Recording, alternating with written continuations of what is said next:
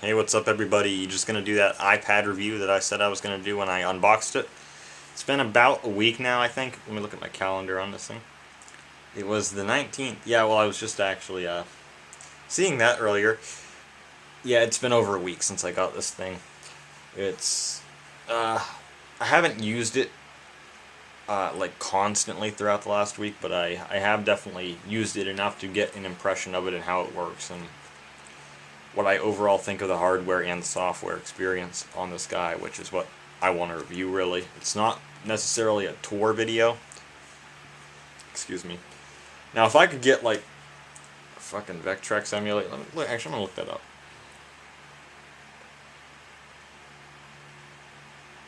Vectrex emulator online. There is one apparently.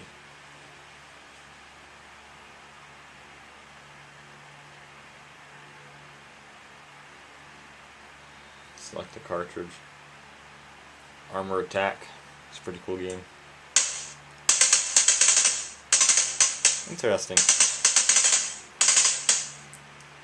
Cosmic Chasm Rip-Off is an interesting game. Pole Position. Mindstorm.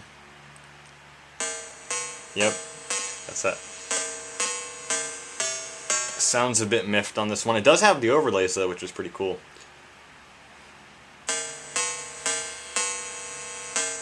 I've never seen this game with the overlay before, which is neat, because I don't own a Vectrex obviously, so yeah, kind of some cool things you can do there. But anyway, that's separate. So obviously you guys know from the unboxing video that I got a iPad 8 to replace my old, very old iPad 2nd gen, which this thing, I mean, the hardware is perfect. There's barely a scratch on this thing for the way it's been used. It's in pretty damn good. There are definitely some scrapes on the back, but it's only noticeable when you shine light on it. No real scratches on the front. Speakers aren't blown out. It's not cracked. All the buttons work. The problem is, you know, I always use this for YouTube. That was always the thing. You might recall, if you've watched me for a while, you'll recall that I did that. And I was doing so until, I don't know, February? I think it was in February that it broke. So I'm on YouTube now. Let's look up Ben Our Lego Mac Tips video. Yeah, I tell you what. Hey guys, this is Ben. Just thought I'd give all of you Ben Our Lego and just thought I'd give you guys an update. Show that. In the form of announcing or just... But I'll pause the video. I mean, like, I'm playing it fine and everything, but then update required. And you can't get around that. There's no recourse from that one. So you're out of luck. I've tried to reinstall the app. It does it on my iPad mini 1st gen as well, so it's done for. Which really sucks. Because, like I say, there's nothing wrong with it. I've been using it that way for years, and then just all of a sudden they decided to pull that crap. But I guess it was inevitable anyway. I didn't expect it to be this soon. It's very weird. Even on my freaking phone, man. I got a phone running iOS 12, my main phone, that is pretty much no more with this world. It was running iOS 12. And a couple of weeks ago, the YouTube app was probably a couple months out of date, like maybe 1 or 2 months out of date. It was telling me to update my damn app. It would let me use it still, but it was still telling me to update the damn app. In the app, I was getting notifications, update your app. It's like, are you kidding me? 2 months out of date? Like, wow. But in that instance, I was actually eligible to download the newest update. On this, there is no update. So it's bullshit. So I bought this basically to replace it. I got lucky to be able to do so because financial situation is much better than it's been for quite a while. Partially due to the government giving out all this money, which is actually what funded this thing. Because I was already spending almost $300 on computer shit that I ended up not really being able to utilize. As you'll know from my videos. But this is it. I already did an unboxing. Man, I'm scratching shit up. This is the iPad. It's just the iPad 8 regular, not a cellular iPad. Just have that wallpaper that's Off-Road Fury 4 that I thought was kind of cool. I'll probably change it eventually, but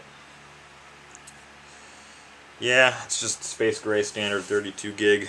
Nothing really special about it. I got it at Walmart, like I said in the unboxing video, because they had it for a little bit cheaper than Apple did, but they didn't have it at any stores around here, which is crazy. Like, I could have gone to the Apple store and picked it up. I'm pretty sure they're open again. At least they are here. But I haven't been to that Apple store in a long time. But they had it for cheaper at Walmart, so I figured, what the hell, I'll just order it, and it came 2-day shipping. Very, very nice. And also my case came within 2 days of ordering it, which is basically just the it's just a $7 cheap ass case that's got the stand on the back and then just plastic, which it's fine. The case is fine. It's not particularly high quality, but it's more than serviceable for me. Only problem I had with this case was that there was plastic going along the whole top, or around the whole bezel, and it was going over the charging port right there. And it was enough of an, apparently they just didn't think about this when they designed it. There was enough of an obstruction there that the cord couldn't go in at all without pushing that plastic up and out, so it was really flexing the case. So I decided to just cut that off. It wasn't hard to cut into that plastic because it's not very strong, and then just file it down. It still is a little bit rough, but it's about as good as I'm going to get it without making it start to go. So that's fine. Case is fine for it. I'm considering, I'll talk about this later in the video, I'm considering potentially, depending on how things go, getting a Logitech case for this. I forget what it's called, but it has a keyboard and a trackpad, and it connects via the smart connector, and it has an actual case in the folio thing that folds up. Excuse me, and it has a pencil holder at the top. Pretty cool case, but it is like $150 freaking. But I'll just say, I'll talk about it a little bit more later. I'm impressed with how this works with a keyboard and mouse. That's really cool. Never something I thought I'd see, but it is pretty cool. In terms of the hardware, though, much, much better than what I was using before by pretty much every measure. The bezels are thinner. It is a little bit bigger, technically, of a device, because it's taller whenever you're holding it like this, that is. It's taller than the old iPad 2, but it's not as wide because the side bezels are shrunk down so much.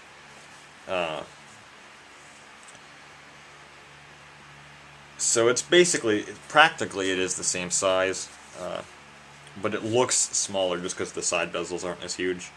And it's definitely a lot lighter even with this case on. I can definitely tell a difference. Which, I mean, this isn't even that heavy compared to like an iPad 3, which I had before, or even the cellular version of this, man. But yeah, this is a lot lighter, which is quite nice, obviously. I went with Space Gray because I didn't like seeing, especially, it's most noticeable on the iPads, in my opinion, the gap between the bezel and the screen when you have a white bezel, that black border. And a lot of people don't like the iPad 8, and just this. It's been this way since iPad 5 in March of 2017. It has a non-laminated screen compared to the Air 2, which had a laminated screen, and the Pro, the 9.7-inch version of the Pro, had a laminated screen. And so does, I think the Mini has it even. But this one doesn't. Which personally, I don't mind that much. It's not something that I really care about. I know you get that hollow sound when you tap it, but hell, man, I don't know if it's a problem on all of them. I don't think it is, but the 10.5-inch iPads, those are really friggin' cool looking. Like, I would love to have one of those, because I'll talk about this a little bit later, why I'd love to have one of those things.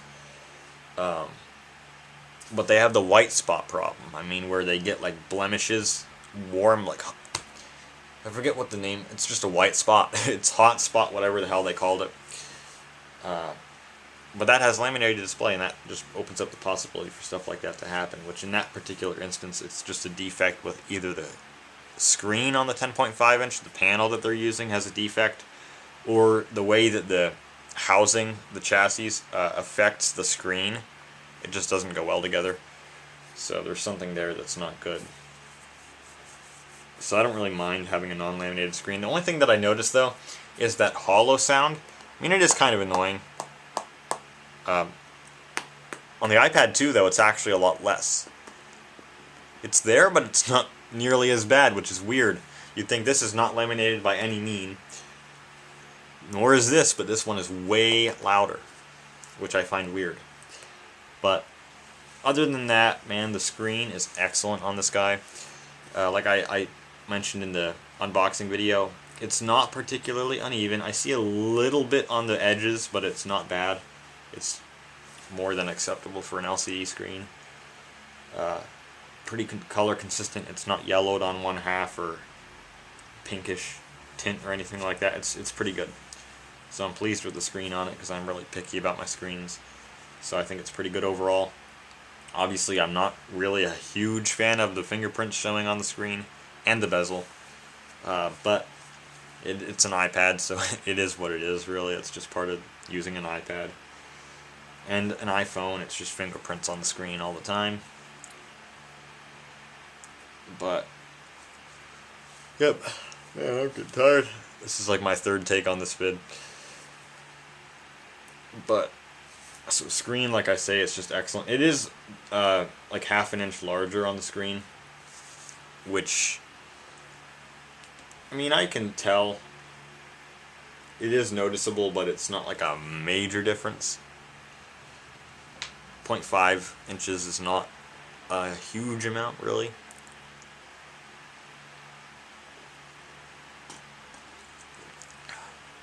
Man. But I can definitely tell when I'm using them side by side. And I obviously, the larger the screen, the better, in my opinion, with this. I wouldn't even mind having a 12.9 inch. But, yeah, so it is larger, and it's way brighter. Just everything about the screen is much, much better.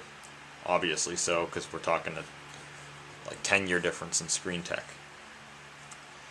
Because the iPad 2 basically uses the iPad 1 panel, and this basically uses last year's iPad panel, 2019. So, yeah. Other things, the Touch ID doesn't work too well for me, unfortunately. I don't know why. I'll tell you about Touch ID, though. I don't use it on many devices, because I don't actually have that many devices that I can use with Touch ID. Obviously, I just got that red iPhone 8 that I have set up with Touch ID, and it works fine. And then I have my iPhone 6s and my iPhone 5s that have it as well. On the 5s, I entered my fingerprint into that in June of 2018, and it barely works anymore. It rarely works anymore. So, I have to enter my password pretty much every time that I use that iPhone. It's just, excuse me, a matter of, but the thing is, the 6S, I scanned my fingerprint April of 2019. It works perfectly still, so it's just the better sensor, possibly just due to the passage of time. The fingerprint kind of changes. Scanner could be dirty, which is a part of it, but even when I clean it, it doesn't get much better. So, yeah, but this is the first generation Touch ID, and it's not the best, but it's better than nothing. I need to rescan my fingerprint because I scanned it at an angle that doesn't quite match up.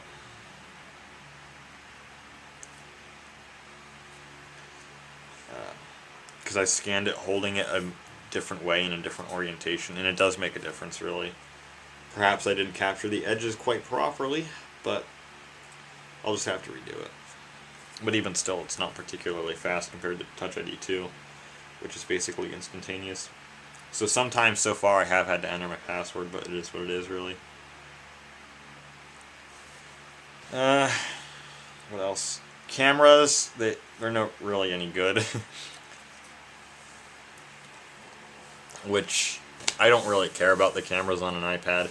Some of you will know if you followed my YouTube channel that I have filmed on this iPad before, both the front and the back camera. It was only done because I had nothing else to use. No other reason than that. Yeah, because I literally did not have any other way to upload video at the times that I was filming with this thing. So,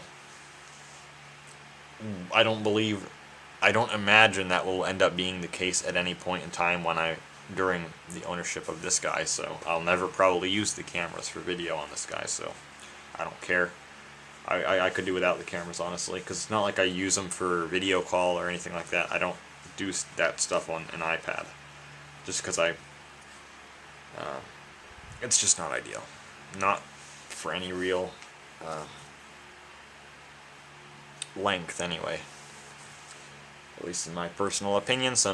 Many people are probably fine with it. I'm sure many people do use it for like Zoom calls or Hangouts calls or Skype or whatever. Which I don't use Zoom. I don't really use any of them other than Hangouts now, due to the Hangouts on Air thing, which is obviously no more, but I used it for a long time. But yeah, I have a desktop. I have a Windows desktop that I use for school stuff and all that other stuff, so it doesn't matter that this has cameras. But anyway, that's not an issue. I don't really care. Speaker-wise, much better speakers. They are still lopsided because it's only to one side. I would like to have the quad speakers that the iPad Pro has. But they're much better. They get loud enough. They're fine, really, for what... Like, I'd prefer quad speakers, of course, but they're fine. So, like, I can play here.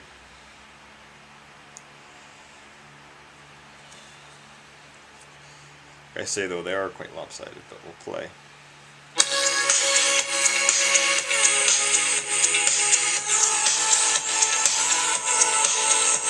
So it probably doesn't pick up nearly as well on cam, but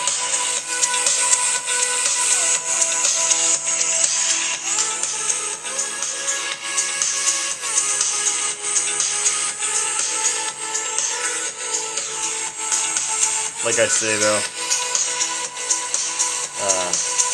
I'm sure I got copyright for that, but it's fine, Natto Arts or whatever, but you guys know I love 009 Sound System, and you might recall that TV made a video with that song in it. You might remember that if you're really old school. Over 5 years ago. But anyway, they're just very lopsided speakers because it's not front facing and it's not coming from both sides. That's at least on the iPhone 8 that I have, or just any of the newer iPhones ever since the iPhone 7. They have stereo speakers, and the second part of that stereo comes out of the earpiece, so it's actually facing towards you. So at least you get a little bit better in that way. And just to have a true stereo setup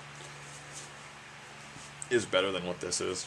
Which, I mean, it's two speakers. I think it technically is still stereo, but it doesn't really give you a stereo effect.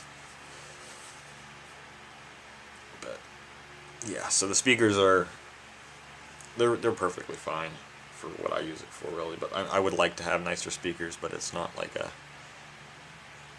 I guess I'm getting kind of tired. This is starting to make less sense, but I bought this knowing what the speakers would sound like, and it's fine to me.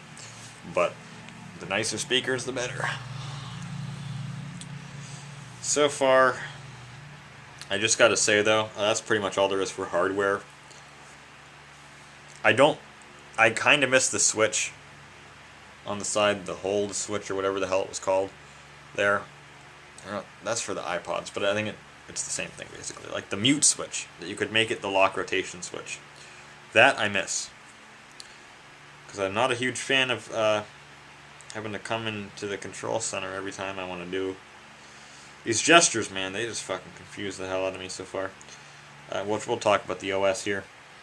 So hardware, as a piece of hardware, completely great. I think it's awesome as far as that's concerned. For $300, man, I think they're selling a pretty good product here. A12 processor, 3 gigs of RAM will be fine for quite a while. I think it's a pretty good piece of hardware. But now we're going to get into software. That's another thing. But for me, for a YouTube machine, here I pulled up Ben our Lego. Like yours. Alright, Beasel. Alright, Beasel. Alright, people. Beasel. Yeah. Here I am again. Do whatever you want, I am. Yep. And being that it's 4x3, my videos will fill the whole screen. Most of my videos will fill the whole screen. Which is why I like that the iPad is 4x3. 16x10 and 16x9 tablets just do not work as far as I'm concerned.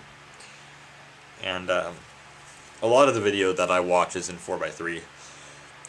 It's not great for 16x9 video, just the nature of it, but it is what it is. I'd prefer it to be this than 16x9 any day. But yeah. So for that, man, my videos look pixelated, but they play full screen, so. And I think I'm sitting in the same chair that I was when I filmed that. If not, it's right there. So kind of cool. The table. The dresser. And now I see that was there back then as well, that where it got chewed away at. Anyway, I've made a lot of videos. Okay, here's the Mac Tips video again. Hey guys, range height is this is a 16x10 video. Videos recently. So. And just thought I'd kind of give you guys an update in the form of now. This was almost 3 years ago. That's just absolutely crazy, damn it.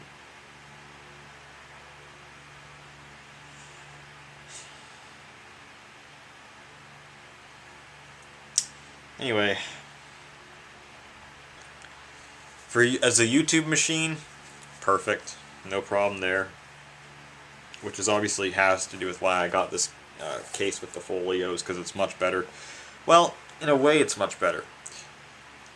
Because like to have this thing standing up on that, it's much easier to see your video compared to it laying flat on a surface like that, because you're kind of like looking over like that. So in that way it's better. However, for sound it's not as good, because like what I would always do is, and you can even look at old videos to see this as well. As I mentioned, you would see this in old videos. The way I would always do it is, I'm filming this video on my nightstand, well, atop the iHome speaker, but on my nightstand, and what I would always do is just lay the iPad on the nightstand and play the video, and that would make my videos sound a lot louder and a lot better. And same goes for this guy. But when you have it up on this thing, it's not against a surface like that, so it's not nearly as loud. So it's a drawback, but for me it's worth it. I can do it either way if I want to. So, yeah. And like same goes for a desk or whatever surface you're setting it on. But so that's one drawback of the case, but I prefer to have it definitely for a number of reasons. I just got to say though, the YouTube app design with these like hollowed out icons that are just outlines, it's no good. I just complain about every change that YouTube makes, because I don't know how the hell they went so bad. Like even 5 years ago, their site design was so much better than it is now. Just the little things, man, it really is. In the YouTube Creator Studio, that's just a catastrophe what they did to that, man. It's a travesty. It really is. So, yeah. I'm getting tired, damn it. It's bullshit. I haven't been up that long, really, but it's been a long day. I might make an update video after this, but yeah. I just want to talk about the software though. I don't like the design of the YouTube app, and it's gone that way on the desktop too. But whatever. It's still mostly the same, it's just crappy iconography. But I just gotta say, I don't really like the direction that iOS design has gone in the last like 4 versions, really. Yeah, last 4, because iOS 11 is where they really started to change it.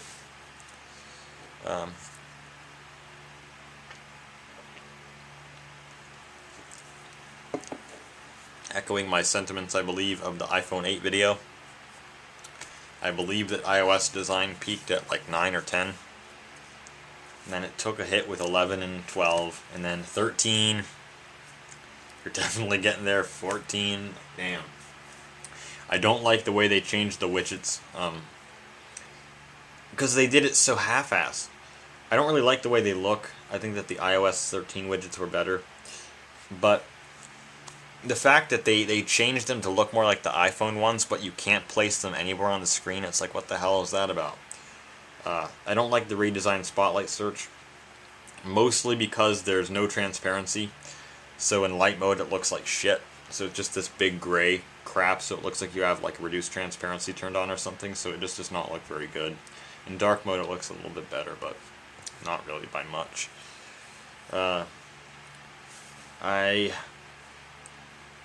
The app sidebars are mediocre. I don't really like that because it smushes the content.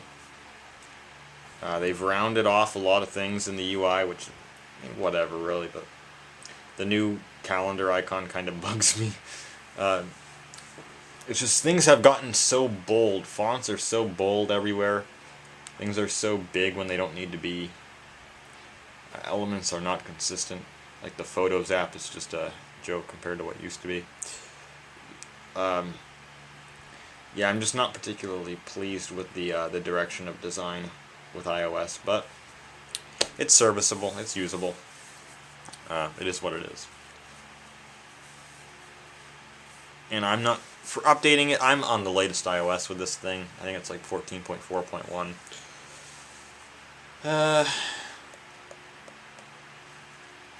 I don't know if I'll update it or not past this. I think I eventually will have to update it, but it just depends on what iOS 15 is like and what iOS 16 is like. When I see what the new version is going to have, I'll judge it from there. Every update that comes out, I'll just judge it. If I don't like it, I'll hold out until I lose app support. Or if I see, like let's say 15 comes out and I'm not a huge fan of it, and 16 comes out and it's okay, whatever, but I'm still not a huge fan of the changes they made in 15, but then 17 is going to come out and 17 looks like a real piece of shit. I'll probably update to 16. So I can do so while they allow me to, because you can't really downgrade iOS, which is bullshit as far as I'm concerned. Because like, why the hell does it concern Apple that somebody wants to downgrade an iPhone 6 to iOS 9? Like, who the hell fucking cares? But whatever, that's just a complaint of mine. I'm just not a huge fan of the way they've gone with this, but for using the device, it's completely usable. The UI doesn't really get in the way of that. What does get in the way of it, though, for me, is the gestures. I'm not a fan of these. The one that gets me is Slide Over, I think that's called, where you're in an app and it pulls out that like tile thing. That's just a little app in the corner and you can switch between it. I do that on accident a lot when I'm swiping around from the side. I think I might have accidentally turned something off here. No, I did. Drag applications, swipe from the right edge to reveal your last Slide Over app. I think it's because I closed out the last one so it doesn't come up. Yeah, I think so. Yep. What the hell? This is weird. I'm trying to get it to work. Yeah, it's finicky. It's finicky sometimes. The split screen app thing, that works fine for me. I don't really have any problems with that one. Picture-in-picture is great as far as I'm concerned.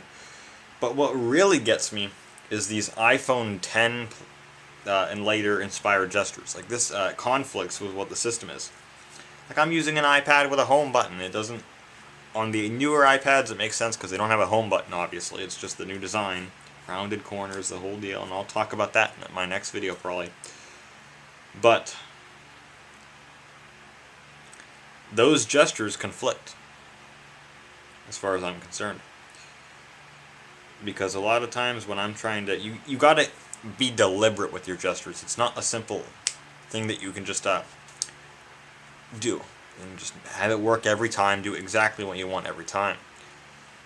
You got to be a bit more deliberate than that, because if you just swipe up, you're going to close your app. If you swipe up slowly, then you get your dock. If you pull up the app slowly, you get the I'm doing things I don't want to. And then you let it go, you get your multitasker. Or then you got to swipe and throw it over, and then you get to your last app. But sometimes that will result, trying to go back and forth, it will result in you opening, either closing that app or going into multitasking instead of just switching the app. Which it should be something that you can get used to, but I don't think it's a particularly intuitive system, especially not for older people or people that just aren't very tech literate. But yeah, and I don't particularly like the having to swipe in the corner to get to the control center. That's just something that I have to get used to, because that's just the way it is now. But yeah, I'm not a huge fan of that, and there's no option to turn any of that off. I can't turn off these iPhone X inspired gestures, because I would totally. I mean, I have a damn home button here. I can do all those things.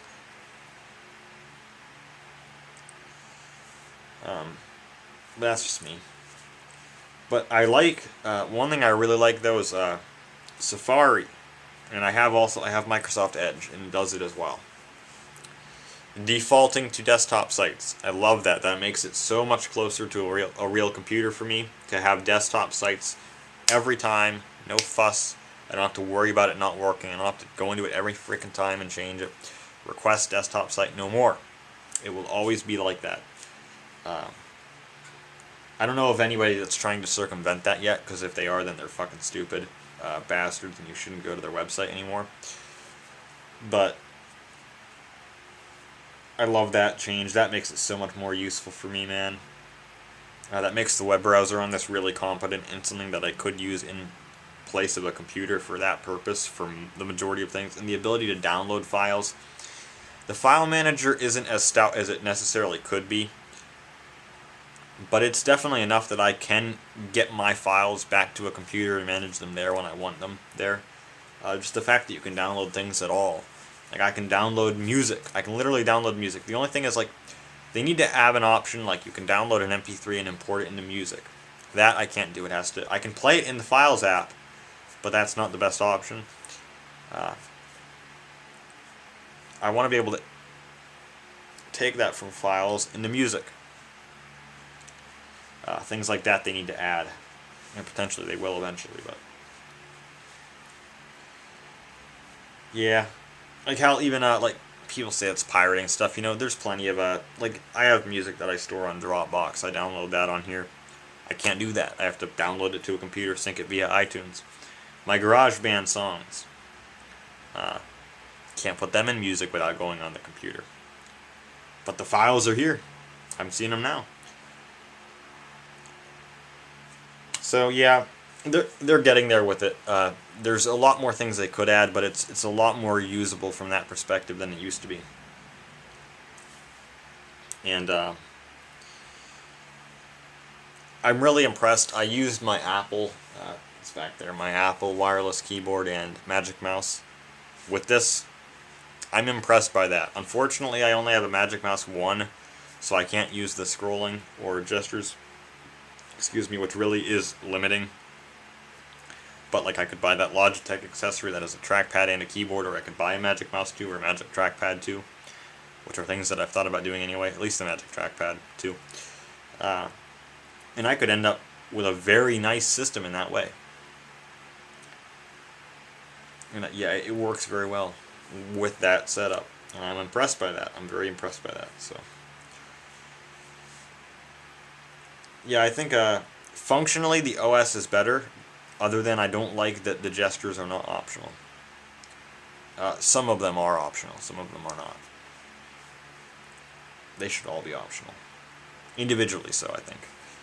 Other than that, and I don't like the UI design thing, there's various things about that, but functionally, this is much, much better than coming from iOS 9. There are some things that are a pain in the ass, like the fact that they move bedtime out of clock and all that. Doesn't make any damn sense, but it is what it is. I'm mostly using it as a YouTube machine and a web browser. That's what matters to me, and a little bit of music as well, because I have that music app on there. All my great stuff on there. It is only 32 gig though, so I gotta be careful what music I import, because I don't want to run out of space. Right now I only have I have 18.82 gig free, so almost 19 gig free. Isn't that much, really? But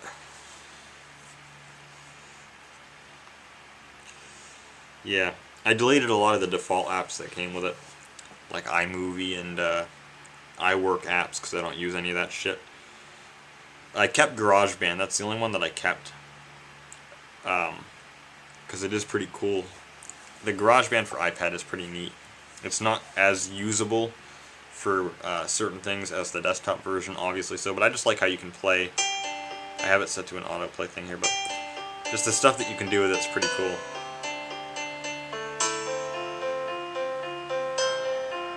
It's on autoplay.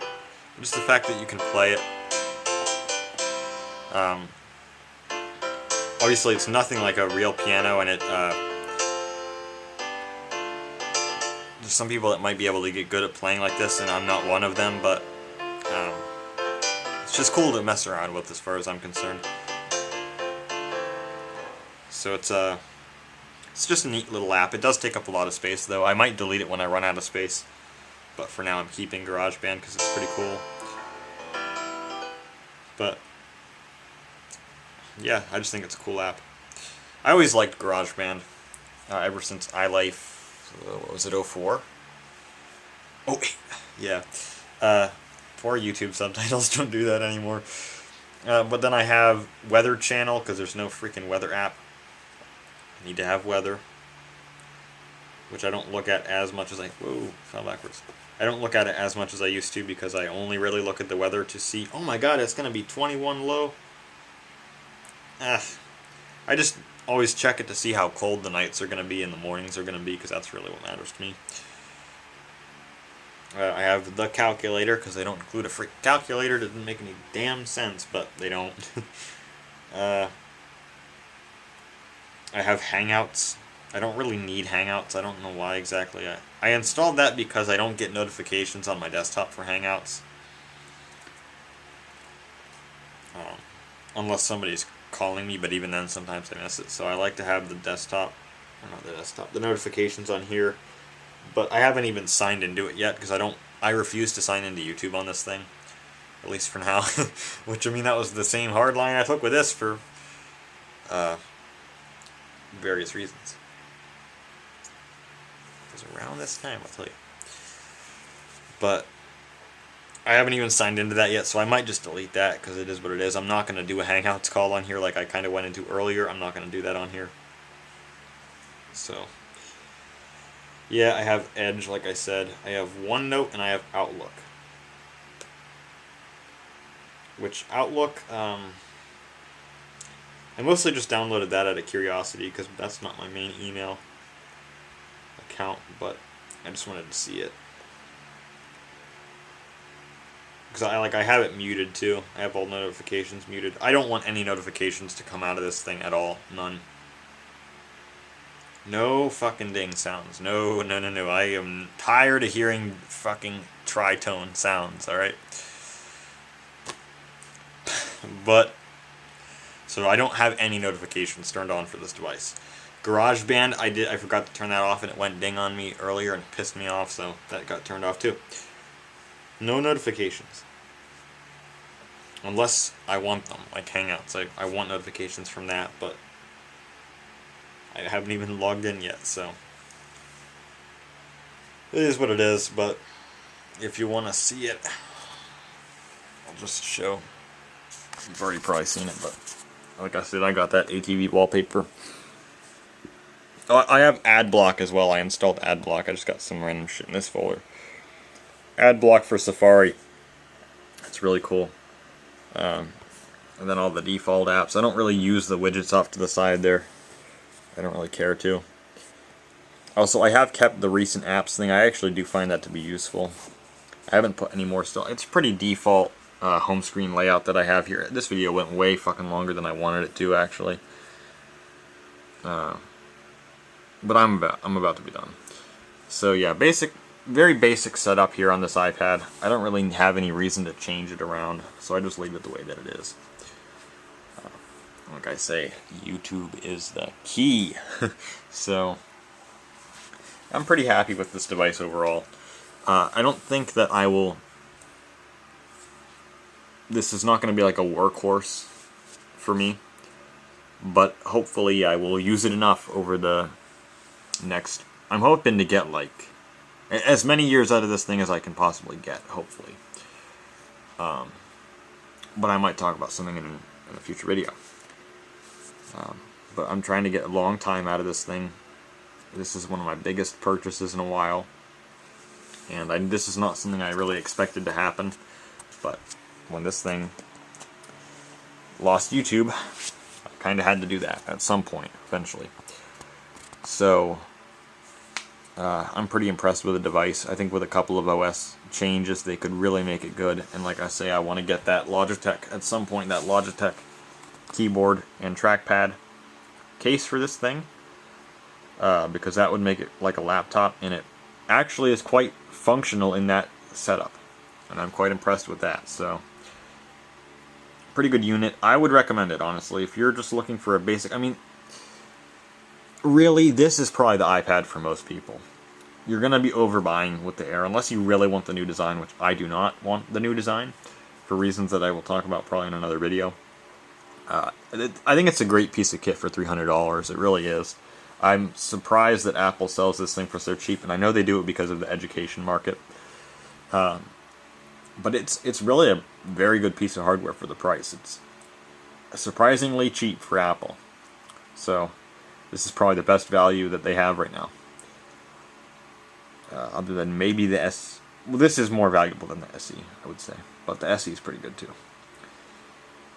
So, I think that pretty much wraps up my review of it. I give it a thumbs up. I don't really know like rating. Like, I'm not going to give it like an exact rating, but I think it's a pretty good device.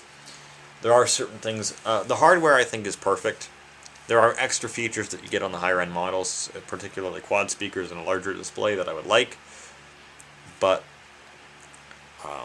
that's something that you know about going into this thing. But other than that, there's no flaws or defects or anything like that. It's perfect hardware. Software, I'm not a huge fan of the aesthetic of some of it. And I believe there are some things they could change. But I think they have a pretty good OS in terms of functionality. So, but for what I'm using it for, it's perfect. And it does everything that I need it to, and it's fine.